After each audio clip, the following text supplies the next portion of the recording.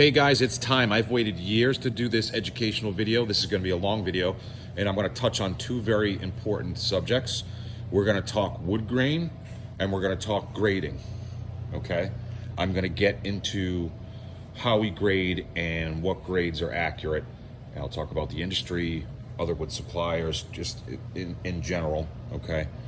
And we're going to start with one term that is widely misused, and that is wood grain. So over the years, I've seen so many people mistake figure for grain, grain for figure, etc. So wood can have beautiful grain, but have no figure. And a lot of times people mistake figure for grain. So let's start here. What is wood grain? Wood grain is texture, okay? More specifically, it's annual ring growth, okay? And what you're looking at here is an Alaskan yellow cedar billet. It's flat sawn. And the annual rings are pretty erratic, okay? And these are called cathedrals because they arch. And it's the way the round tree is cut. Now, in a perfect world, you have a tree that has it's a perfect round cylinder with rings that are evenly spaced. But the reality is that's not true for most trees. And what you see in the end grain changes all throughout the tree. It contracts, it shrinks, it turns. I mean, it's all over the place. Then you add in heartwood and everything else, and all of a sudden, when you start to cut flat slab or plain saw the tree, the rings go all over the place, and that's what you're looking at here.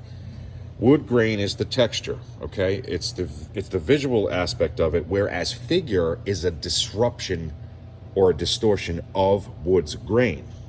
And that's the difference, okay? To be clear, a lot of people go, oh, it's got pretty grain, and they're looking at a figured piece. If it's a high-grade piece of quilted maple, you can't see any of the grain on the flat side. It's so heavily figured and distorted, all you're viewing is the quilt bubbles, which you'll see here momentarily.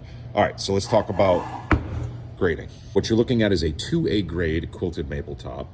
And just for those, we're gonna keep it specific to the guitar parts industry.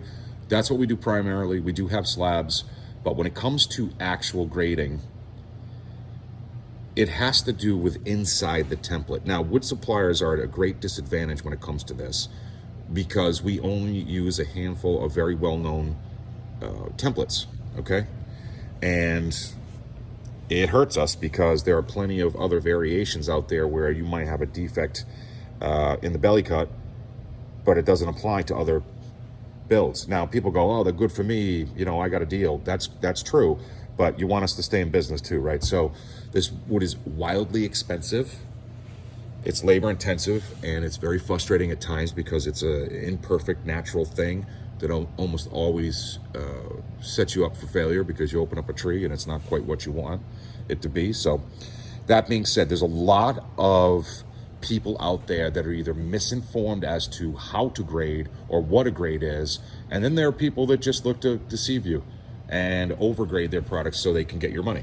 So let's start here. This is a 2A grade, and the reason this is, this lower portion here, what's called the lower bout, is a 3A grade figure all day, no problem. But you have fade here, okay? So in the industry, if you have a 3A grade here, but then you have what's called run out with no figure, it gets downgraded. That's why this is a 2A grade set and what I would consider the beginner grade, okay? There is a 1A grade. It's lightly figured is the term you really could use. 2A is really where it's at. So now this example is a 3A step down to 2A because of the fade, but there are sets where you get figure like this all throughout and it's 2A with no 3A figure. Here is a 3A grade set. Now this bottom portion here is a 4A grade set. You have strong figure here, a little bit of fade, not terrible in the center, but then you start to fade as you go up to the upper and lower horns, up towards the neck pocket. This is more of a 3A natural figure here, okay? But because you have 4 and you have a heavier fade here, this set now gets downgraded, okay? So this is considered a 3A grade set. Or if we had this figure here all throughout, it would too also be considered a 3A. Okay, now here is a 4A grade set. Now I was a little bit reluctant to use this set as an example because on this bottom portion it's pretty darn close to 5, okay? But as you come up here, you'll notice that the figure isn't, the three-dimensional depth of the figure is not as dramatic as the lower bout there, and your upper and lower horns, and even your cutaway sections here and towards the neck blank section. Okay, stronger 5A figure, but it's downgraded because it fades down here. It's not a consistent 5, so we have to call it a 4. This too could also, do you see this figure right here? If that was all throughout, it would be a consistent 4A. This is what and this is the part where it becomes subjective, and it's tough to explain this to people. When you work with this stuff 15 hours a day, 6, sometimes 7 days a week, I have a trained eye, you can see it, where this is considered a high 4. And I know that's not a real grade, but trust me, if I brought you a 4A grade set that had this, that was consistent, you'd pick this one every single time, right? Okay, and that becomes more apparent as we get to master, which we'll do here in a second. Okay, on to 5A grade. Now, let's get into more of the details. So for the next 3 grades, which is 5A, 5A master, yes, that's a grade, and I'll show you, and then master, okay? 5A grade quilted maple is three-dimensional, deep-pocketed, consistent all throughout the pattern, which you see here it is.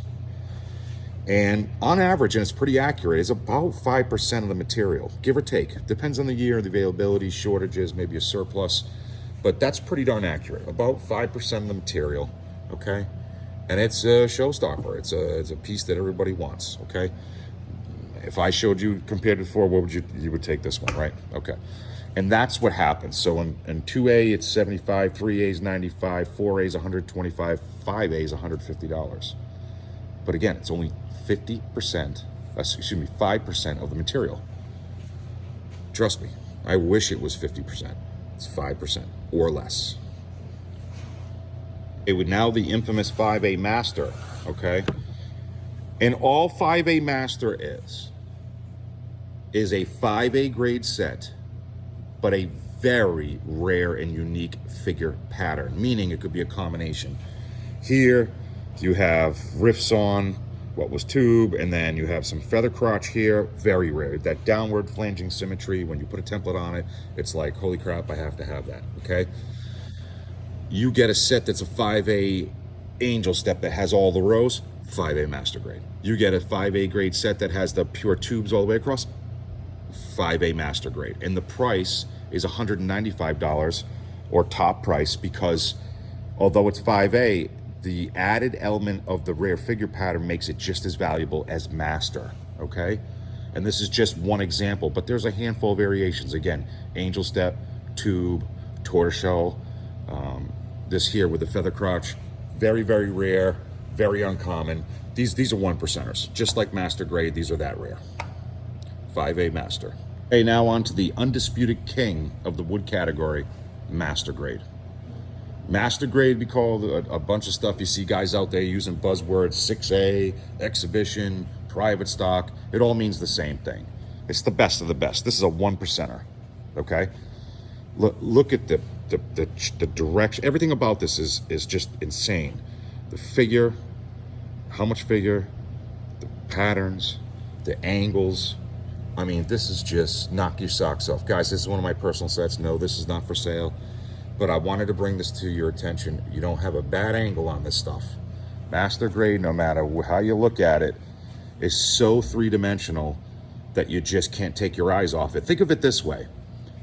A true master grade piece is a conversation piece.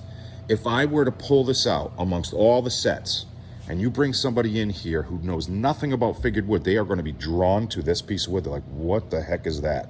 Okay? So should you. It is literally a conversation piece. It is truly a 1%er, and at certain times a year, sometimes it's a 0%er. And it's expensive, because it's super rare. Guys, I've literally bought full entire loads that had 5A and 4A and all that, and 0 master, okay?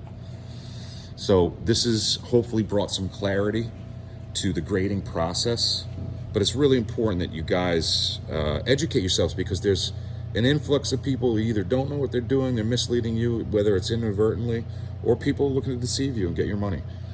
But 1%ers are no joke. These are showstoppers. All right, guys, there you have it.